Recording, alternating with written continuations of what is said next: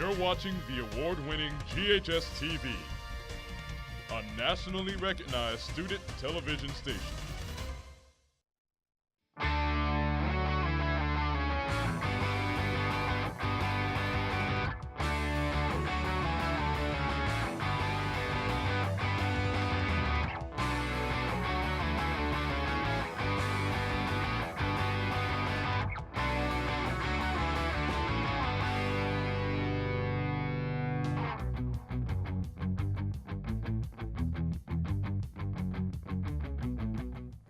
Hello, and welcome to this week's edition of GHS-TV's award-winning talk show, Crosstalk. I'm your host, Rachel Christopherson. Each week in this time slot, we take a look at different issues, personalities, and events that affect you and our community. Everywhere you go, cities have their own brands. Memphis is no different. From services and entertainment to food, Memphis has great companies that we will be exploring on the show today. We are excited to talk with representatives about their company's traditions and how they have maintained the success. First up is Gould's Salon and Spa, which opened in 1932. Here to talk about the history is owner David Gould. Mr. Gould, thank you for coming on the show today. Well, Rachel, you're more than welcome. Well, everyone knows the Gould's name and brand. How exactly did this iconic local company get its start? It's a great story. My dad, who moved to Memphis, was a professional drummer. And this was back in the 1920s. And he started dating a hairstylist. And the hairstylist said, listen, there's not a really high-end hair salon in Memphis. You need to open a nice hair salon, run it during the day, because he played the drums during the night. And it gave him something to do during the day. So the first one was 1932. We opened it up in the Parkview Hotel, which the building is still there. It's on the corner of Poplar and where you turn to go into the zoo. I think it's now a senior living facility. So that was the first one, and he started with one, and he just went on from there. Well, in 1998, you opened your first day spa. What exactly went into the decision to expand your services? We had traveled all over the country, bigger cities that had the combination of the hair salons and the spas. Memphis did not have one. Now, we knew if we were going to do it, if we were going to get into the spa business, we wanted to do it right. We didn't want to just get, a closet in the back and take the broom out and put a massage table in there and call ourselves a spa. But we didn't know if Memphis was really ready for a true spa with all the amenities and all the different things we were going to do.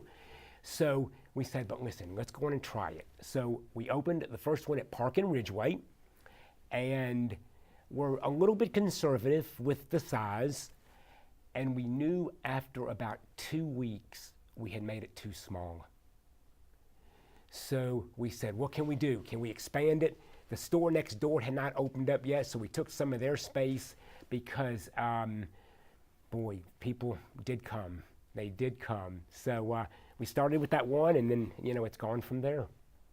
Well, you have 6 full-service spa locations. What factors do you take into account when opening either a full-service spa or a standalone salon? Well, we have 10 total locations. About 6 or 7 of them do the spa services along with the hair. There are just a couple of locations that have maybe just hair and maybe just a nail tech or maybe just an esthetician. But, we look at the demographics. We look at the areas. What areas are growing, where do we need to be, and we've covered from downtown to Collierville to all points in between. But Memphis is continuing to grow. They're continuing to grow out and further out. So we are always looking at where's that next shopping center, where's that next project that we need to be at. Well, you mentioned demographics. What exact demographics do you look for when opening a salon? We want to make sure that an area has got enough rooftops in order to where we can have enough customers coming to our doors. We don't want to go so far out that it's maybe 10 years premature where we probably need to back off for a few years before we do one, because they are costly to put in. A lot goes in, involved in putting one in. So we just want to make sure that there's enough people living in the surrounding area in order to, keep us busy. Well, what goes into opening up a new salon? Oh, there's a lot. Of course, we been doing it all our lives. I mean, every dinner conversation growing up was our dad. It's my brother and me now that own it, my brother Philip. My dad started it. He passed away, 20-something years ago. But every dinner conversation growing up was my dad talking about the new location and what he was having to do and the headaches that were involved. So we were literally spoon-fed, from the time we could, talk to what's involved, but just a lot, architectures and design people and, how many square feet do we need and how many treatment rooms and how many pedicure chairs and how many styling chairs, and there's just a lot. There's a lot that goes into it. Well, going to salon is traditionally seen as a feminine activity. What services do you offer for men? Oh, matter of fact, we have some of our service providers, some of our hairstylists probably have more men customers than they have women customers. Back 40 years ago, we were strictly just for women.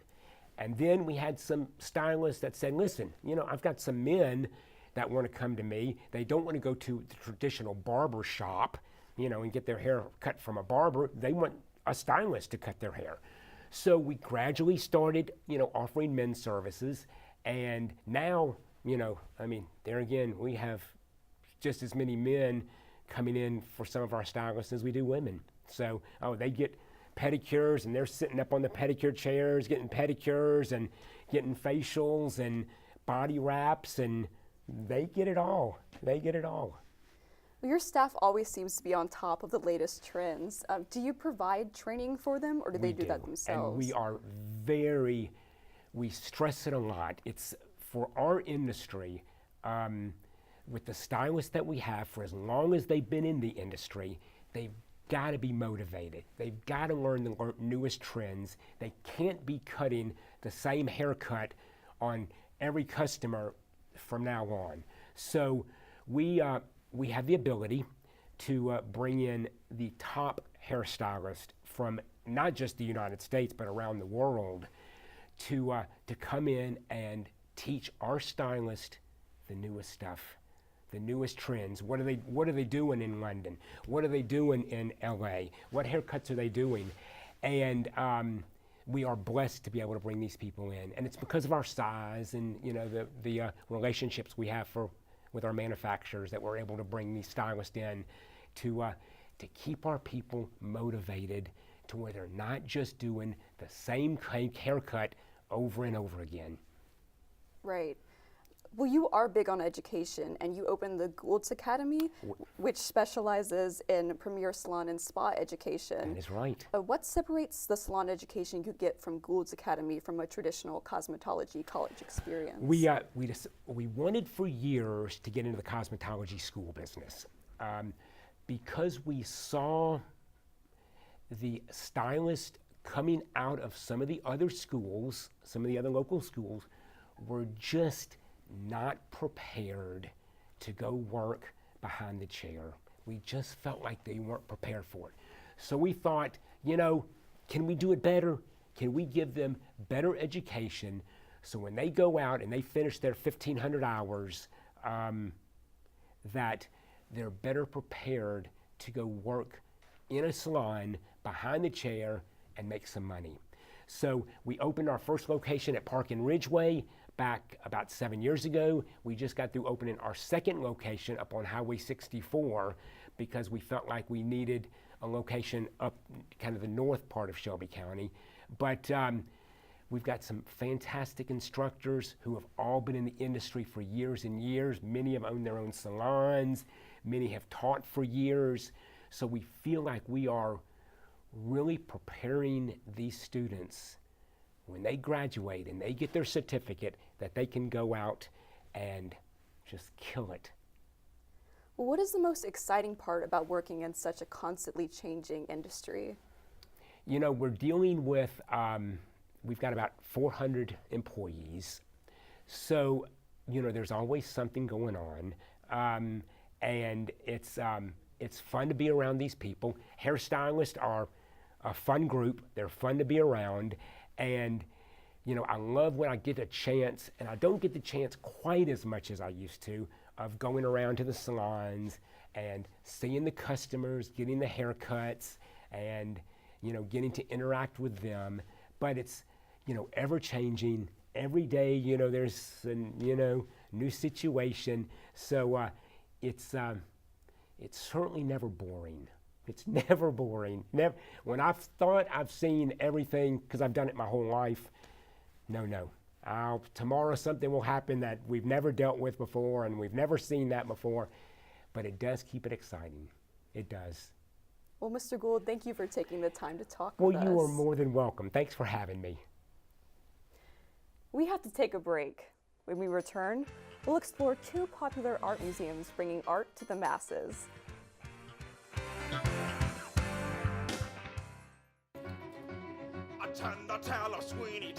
This place, it's extremely unique. You are pushed to do things that you didn't know you could do because someone else saw it in you. If you're with us for your whole 4 years here at GHS, you get a great foundation of amazing classes. Try the priest.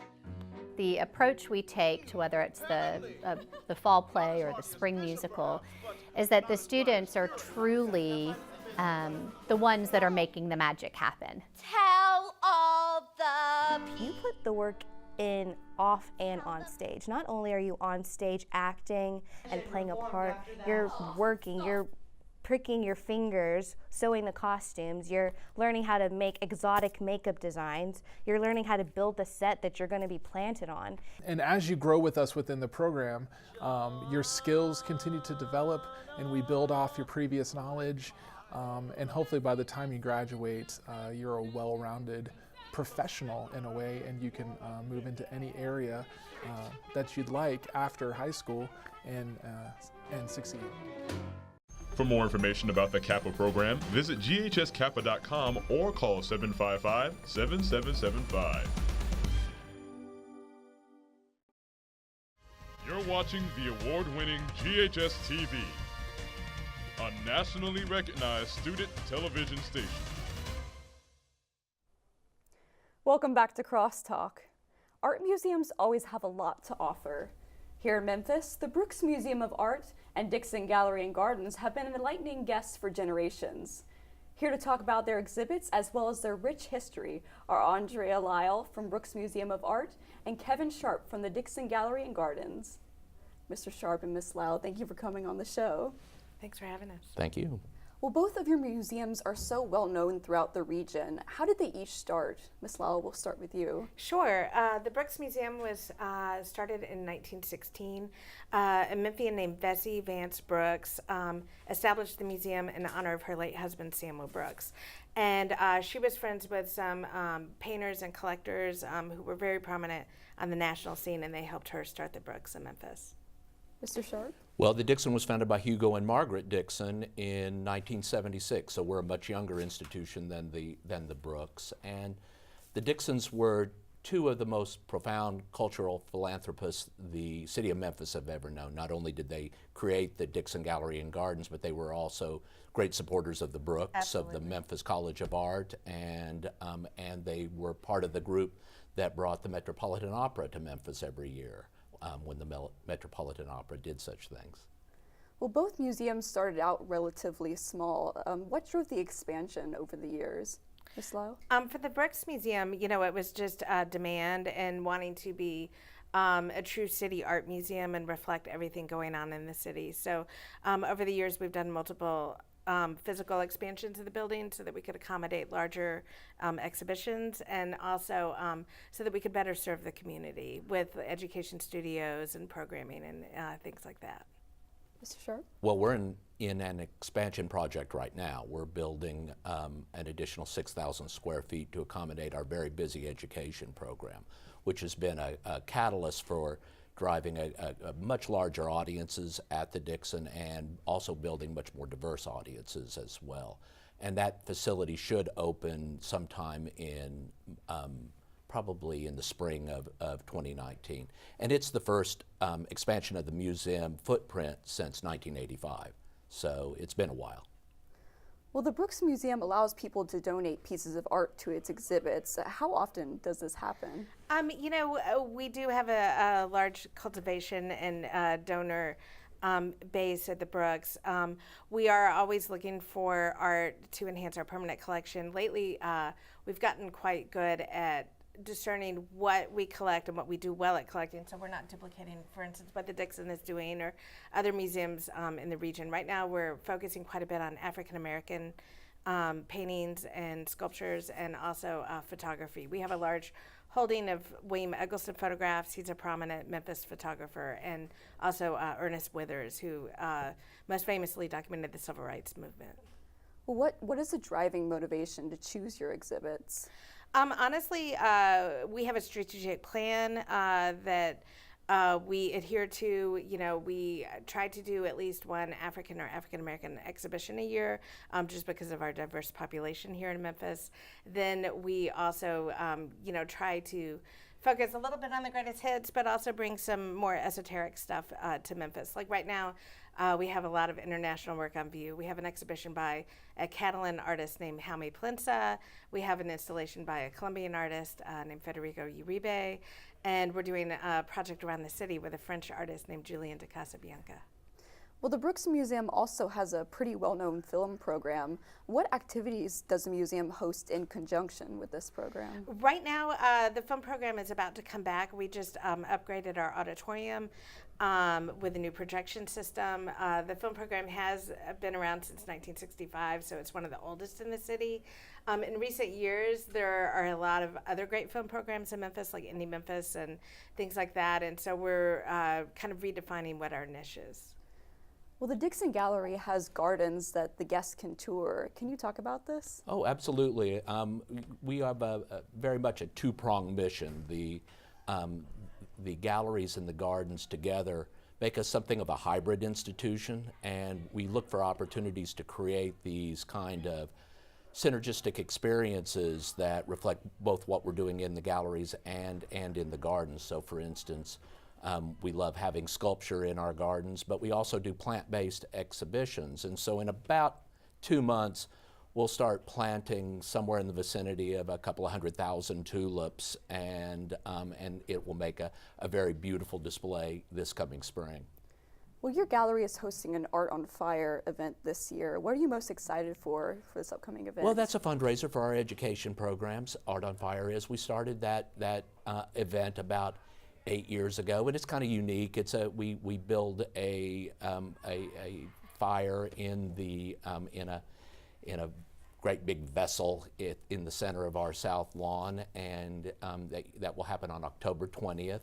And we have live music. Restaurants donate their food. It's just a really extraordinary evening, and people seem to enjoy it very much.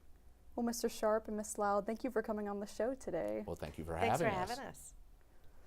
We have to take a short break, but when we return, we'll discuss Memphis's love affair with a certain cheese dip brand. Stay tuned. Art is really an expression of the self.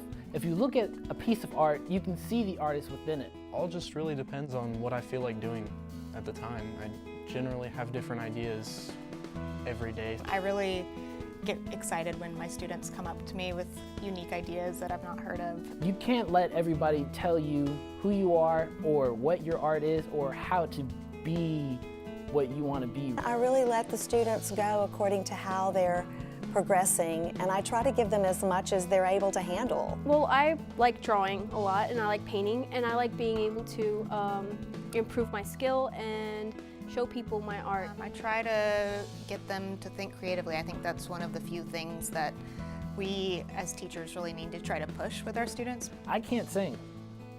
I can't act either, but I can do art, so that's why I chose art.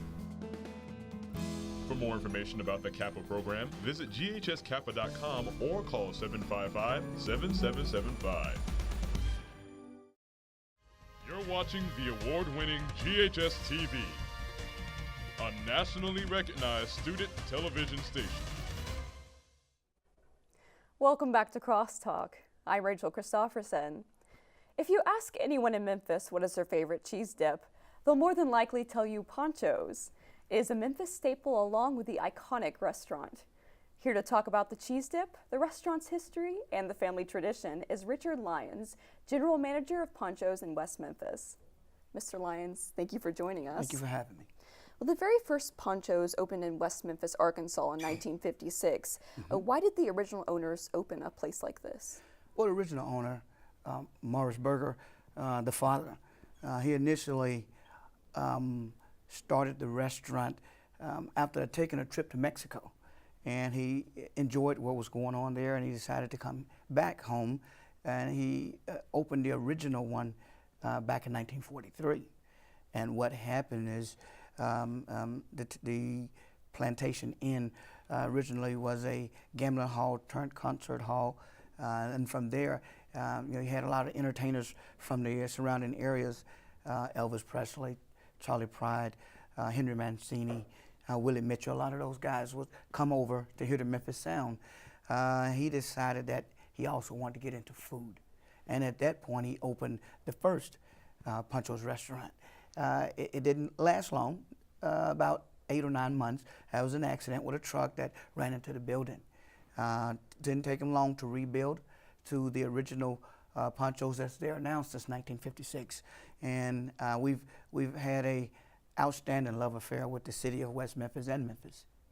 Well, what is it about Panchos that drew in customers and caused the expansion in Memphis? I think what it was the family atmosphere. When the daughter, Brenda O'Brien, took over, she infused that family, how you wanted to come and see and understand that we're West Memphis, we're Memphis, but we're all family. And so it was inviting. The menu was very diverse. The menu was very large. In the original concept, it was a 24-hour restaurant that also served breakfast. And so it was a interesting thing, and it really helped to expand what was going to come in the coming days with the coming of the cheese dip. Well, at the height of Panchos' popularity, there were many locations around Memphis. Yes. But then the company started downsizing. Why is this? Well, Miss O'Brien, as she got older, decided that for health reasons, she had to move down to Florida. And she started to downsize the restaurant side of it. And so with that, she wanted to maintain the original location in West Memphis and the White Station location in Memphis. Those two restaurants are now the only two, and so both are doing very well. The Memphis location, because the volume of the cheese dip, the company decided to open up a to-go area over there specifically because of the volume. And so that became a staple for the Memphis restaurant, because people know that they didn't have to actually go into the restaurant, but go left of the restaurant right into the to-go area and get the same thing. Well, let's talk about the cheese dip. The original recipe has never changed. Never, not in over 60 years. Who developed it? Well, Miss Berger, O'Brien, she and her family, the father, they decided on the recipe, and they tweaked it a little bit over the initial year. And then once they was happy with what they had, that recipe have not changed one bit ever since. And Tim Wallace, our COO, he oversees all of that manufacture, and so there is no slip up in the recipes. There are exact measurements that has to happen. Well, why do you think it has never changed? I think the people, literally no matter where you go in the city of Memphis, West Memphis, or the surrounding areas of the Mid-South, if you say Panchos, the first thing people say is that cheese dip. They're really excited about that cheese dip, and so it is a staple for the region. And so we don't want to mess up what everybody has come so fondly to love about Panchos, that cheese dip. And so the decision is, why change something that works? The quality of that Panchos cheese dip is outstanding. Well, why do you think it's important for Panchos to keep its traditional Mexican flavors? Well, I think it lends to the history of the restaurant concept. And so if you go into the West Memphis location, you see all the traditions. You don't see, what's going on now in restaurants. Everything is changing, and you don't really understand the concept. Well, we've been in the same building since 1956. You still see a lot of the ambience from old Mexico. And so that all lends into the flavor of what Panchos is. Everybody come there, they expect hospitality, they expect the taste of Panchos, the taste of Mexico. Well, your dip is available in 350 stores across the United States. Why do you think people love it so much? Well, I think when you find something that is good, whether you're making your own nachos at home or you just want a cheese dip to put your chip in, that flavor cannot be denied. That true essence of what we've done, what the company has done from the very beginning has not changed. And I mean, there's no other way to say it, but it is absolutely a quality product that from the beginning to now and on into the future won't change, will give you what you expect from Panchos. Well, you also sell your white cheese dip and your taco sauce. Yes. Do you plan to mass produce any other popular Panchos menu products? Right now, we are servicing 18 states, and at the commissary here in Memphis, in the airport area, we mass produce quite a bit. Right now, we have not put anything else on the table. Right now, Tim Wallace is working on making sure that we are able to service everything that we're doing. We make sure we get out to everybody that wants what they expect from Panchos. We have other companies that are trying to get into Panchos and get us to produce for their company. So right now we're going to stay fast at where we are, and then we'll see what the future brings us. Well, what's the most exciting part about working at such a popular company? It's the people. The people that you get to meet that walk in there and say, I'm 60 years old. I was 7 years old when I first came to Panchos, or I met my girlfriend and we came to Panchos for our first date. You get to meet some interesting people that grew up with the brand. And that's amazing that that happens, whether it's the West Memphis location or here in Memphis at the Memphis location. You get a lot of people that truly grew up with the brand, and not just guests, but some of our employees. We have employees that have been with us for over 40 years. And so it's the family atmosphere that we try to give you. And so we are hoping that the service that we provide and the outstanding cheese dip keep Memphis and the surrounding areas coming. Well, Mr. Lyons, thank you so much for joining us. Thank you. And I'd also like to thank my first two guests for sharing their time with us today. I learned a lot about these well-known Memphis companies, and I hope you did too. Remember, Crosstalk can be seen each week at 9:30 a.m. and 7 p.m. on Mondays and Thursdays, Tuesdays and Thursdays at 2 a.m.